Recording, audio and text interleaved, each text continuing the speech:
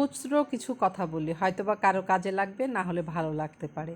বারান্দায় না হলে ছাদে একটু খোলা আকাশের নিচে খাবারের পানি আর একটু চাল রেখে দিবেন, যাতে করে আকাশে উড়ে যাওয়ার সময় পাখিগুলো ক্লান্ত থাকে, তারা যাতে খেয়ে নিয়ে শান্তি পায়। 1 টাকা 2 টাকা করে একটা কৌটায় কিছু টাকা ভরে রাখুন প্রতিদিন, সব সময়। এটা আপনি শুধু আপনার দান সদকার জন্য রেখে দিবেন, একান্ত, আর কেউ জানবে না।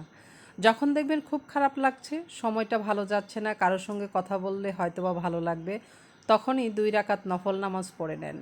কারণ ওই সময়টাই দেখা যাবে বান্ধবী কিংবা পাশের বাসার ভাবির সঙ্গে কথা বলতে গেলে মানুষের নামে হয়তোবা অনেক অন্যায় কথা বলে ফেলবো, তার চেয়ে ভালো আমল করা। যদি তারপরেও ভালো না লাগে, মায়ের সঙ্গে কথা বলে নেন, কারণ পৃথিবীতে একমাত্র শান্তির জায়গাই হলো মা। হাজব্যান্ড আর ওয়াইফের মধ্যে যদি ঝগড়া বাজে, দিন শেষে রাতে দুজন কথা বলে নেবেন, দুজন একসঙ্গে বসে একটু ভালো মন্দ কথা শেয়ার করবেন। কে জানে, হয়তোবা রাতটা ঘুমালে সকালে সে উঠবে, হয়তোবা আমি উঠতে পারবো না, না হলে আমি উঠবো, হয়তোবা সে উঠবে না, এটাই হয়তোবা শেষ কথা।